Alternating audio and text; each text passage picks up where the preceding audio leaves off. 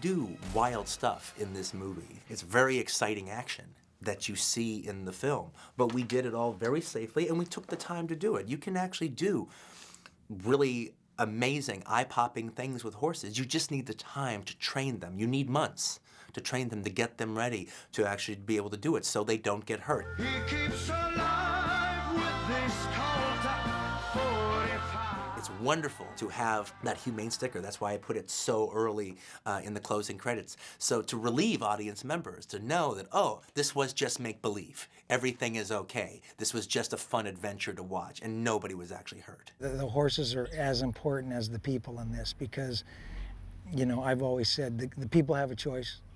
The horses don't really have a choice.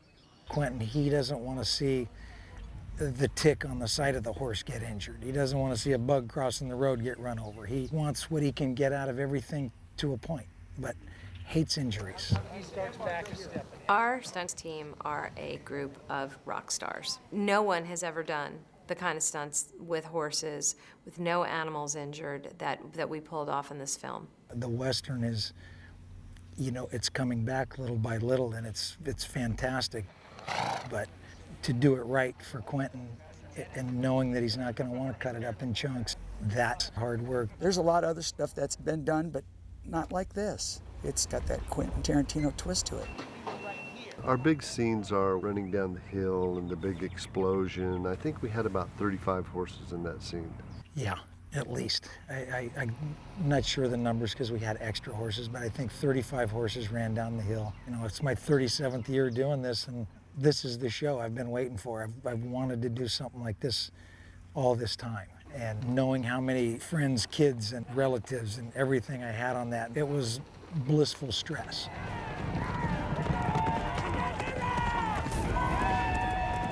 It's really John McLeod and Dash and Rusty really putting their time together and timing everything out perfectly and just practicing. I mean, practice, practice, practice. So once those horses all charge down the hill, Dennis Wagon has to blow up.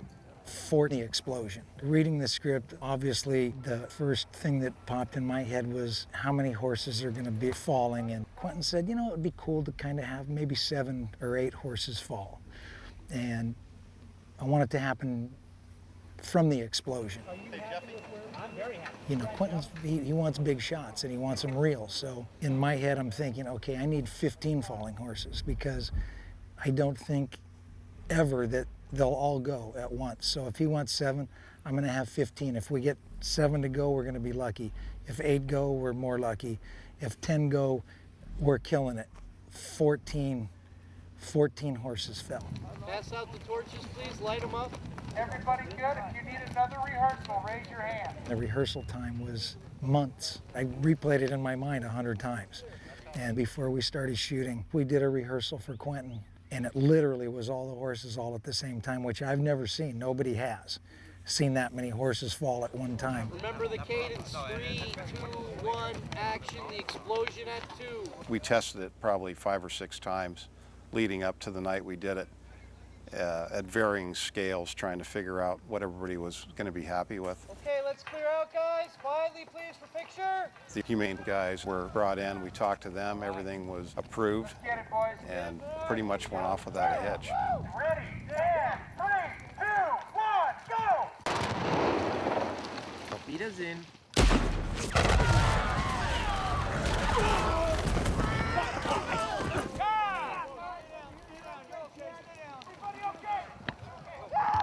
There was so many people to thank for their hard work, the wranglers, the guys that train the horses, the guys that bruise themselves up. Having 1,200 pounds fall on you is, you have to be really good at it. You have to know what you're doing. 3, 2, 1, go!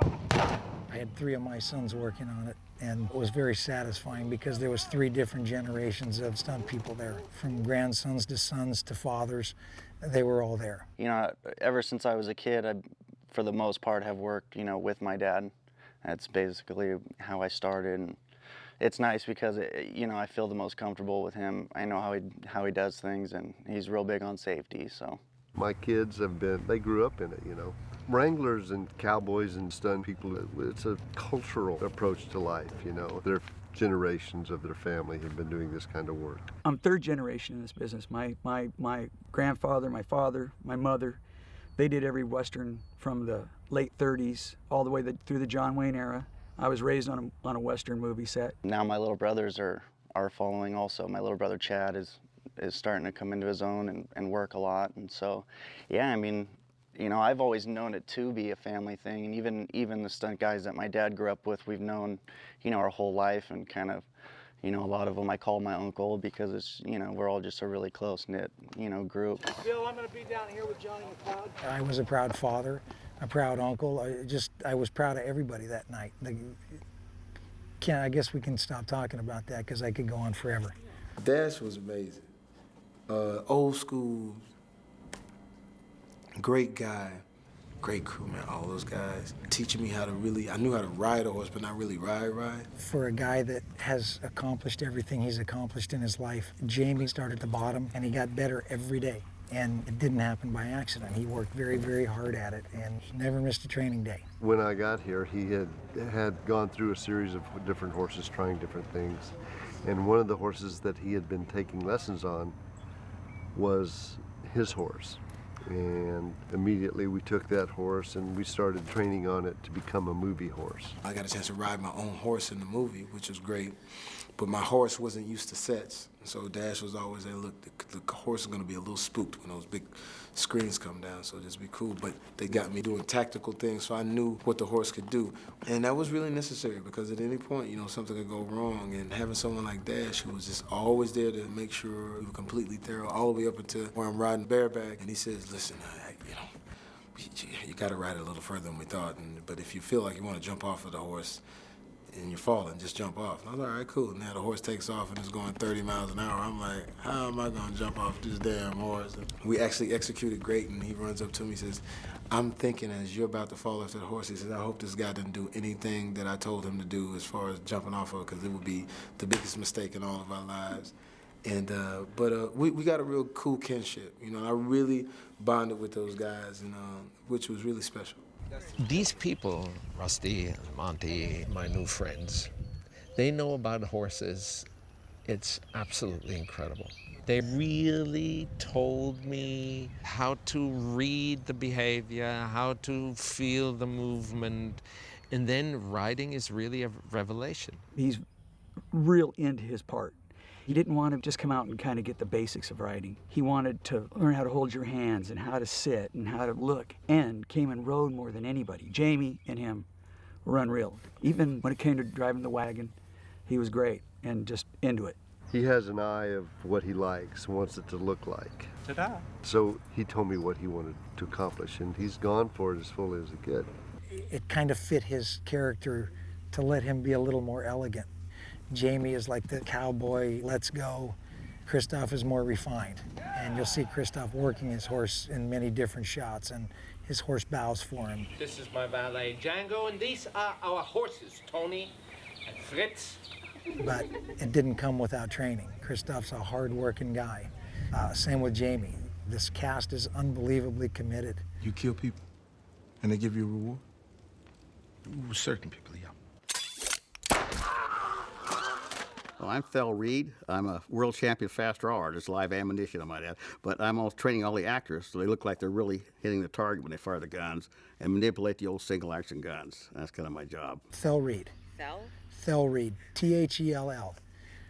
Thel's one of those guys that if you saw him and you can picture yourself in the 1860s and you went into a bar, he'd be the first guy you'd want to slap. I can show you a draw if you like to see a draw. Can we see enough for that? Yeah.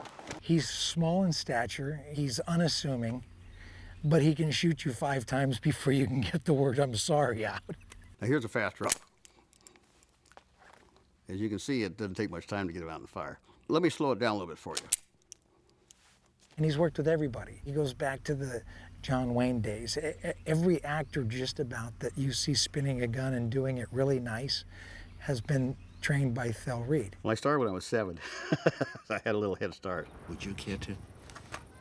Jamie got really good with the gun, really, really good.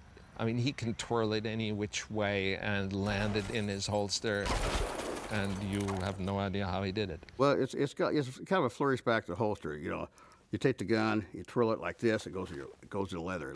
It looks good. A lot of guys did that in the old West. Yeah, that's kind of what they're doing. Yeah, it's kind of like this, did into the leather. A little harder with the pocket, but you see the idea though. Phil showed him what to do, and Jamie just worked at it. Jamie was relentless. He has scenes where he has to do all this phenomenal shooting because he is a natural gunfighter of all time in this picture, and he could be too. He uses different guns in the movie. He'll pick up a Navy Colt, an Army Colt, a 58 Remington, and just work with both hands too. We got some scenes that are just unbelievable. I can see why he's won the Academy Award because he's an Academy Award winning pistolero also. You know, Jamie and Christoph both were great. It's fantastic. It was another thing that I had to learn from scratch, because I'm not a gun person. I don't even have a fascination for guns. Well, he is a great guy, and he really listens and he really practices. We started out training with the long-barreled Remington pistol, the old cap and ball 8-inch barrel. He had to hold the lantern out and drop it with his gun hand and draw and shoot. This guy, before the lantern hit the ground, he could do it. And that's hard to do. Last chance, fancy pants. Oh, very well.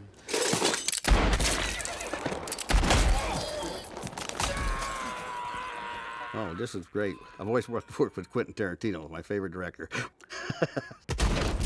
The bullet hits that we do on this show and the way that we choreograph the bullet hits, the effects guys put so much work into the hits, and the stunt guys put so much work into making them look real that you don't want to just go bang, bang, bang, bang, bang, bang, and shoot everybody. So we map out and we diagram.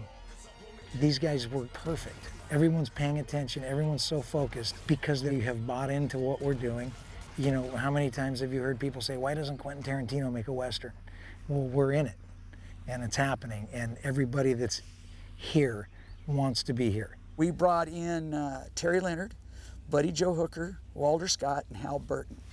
And every one of those guys are probably going to hate it, but every one of those guys are over 70 years old. And they're all guys that have been in the business forever. Terry Leonard's a living legend, Buddy Joe Hooker, Walter Scott, Burton. We brought them in, got them dressed, and put them in the Big Daddy lynch mob. And they rode in their torches, and they had a ball. And they said that this is the best set they've ever worked on. They said, is he like this all the time? We go, yeah, man, it's like this every day. No, remember, I was going to say action, and in a beat and a half, you start your dialogue. Since Quentin knows everything about every movie that's ever been made, just about, there's references in the script to a lot of great shots. The name of the game is keep up, not catch up. The good part is we have horses that we can do anything on. So Quentin referenced Taurus Bulbo when Yul Brynner walks up to a guy that gives him a smart aleck response, and Yul Brynner pulls the guy on the horse over. Whoa. From Wild Bill, there was a shot of a guy falling face first in the mud and not saving himself. It's basically like putting your hands in your pocket and falling nose first into the mud. Now this is a little bit more Gestapo. You know, we made Quentin a member of our stunt group, Brand X, so we think that much of him. He's going to act out just about every stunt in the movie, and he does it like he wants it. And then, well, what do you hold it. Yeah. If he expects you to do it, he'll try it himself. He didn't fall flat face first, did he? No, but he was ready to. It was like, no, we got this. You stay back there. If you don't like it, then we'll let you do it.